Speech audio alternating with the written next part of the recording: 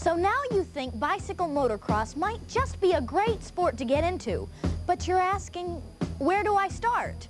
To answer that question, we talked to Doug Kramer, one of the founding fathers of BMX in the Dayton area. Okay, probably the best way for a person to get into the sport of BMX is first go and watch a BMX race.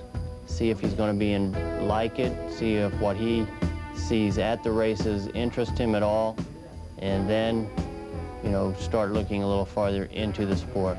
Look for, you know, get yourself a bicycle, and then you can start with a bike that you've already riding if it's a 20-inch bike. You may have to make a few changes to it, like getting a different set of handlebars, possibly a different seat. You'll have to put pads on your bike so that you can race it, and then get into it and try that out. See how well you do with the bike you start with. If you don't feel that you're competitive, you can get into a little better bike. There's a few different ways that you can get into a better bike. One way being buy a bike already built up, that's already pieced together, it's all there. All you got to do is take it on the track and race it. Bikes like that are a little more expensive than like the bike you probably started with, but they're a lot lighter, they're a lot more competitive, and you'll do a little better with that type of bike. Or you can do it if you want to have an own custom-built bike. You can get piece by piece. You can buy the frame, the fork, the handlebars, pedals, wheels, tires, grips, just about any color that you'd want to try to color coordinate a bike, or any name brand that you want. Some of them are a little better than others. You know, some things that are designed for certain kids too, depending on your size, your height, your weight. And when you get a bike that's custom built like that, you may have a little better chance too of being a little more competitive. 1981 marks the 10th anniversary of BMX.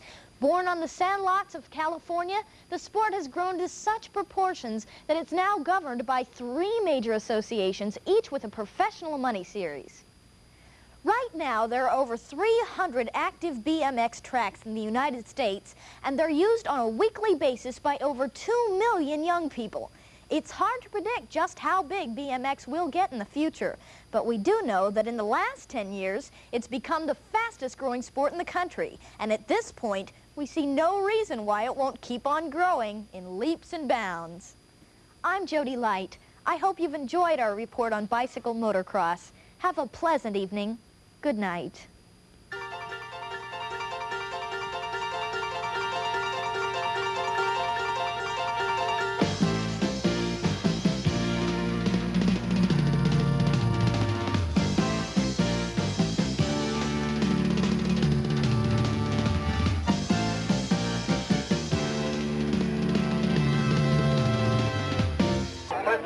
Dr. Shimano, Wayne McFarland. This is motor number 2. Pro tag moves. We're ready to go.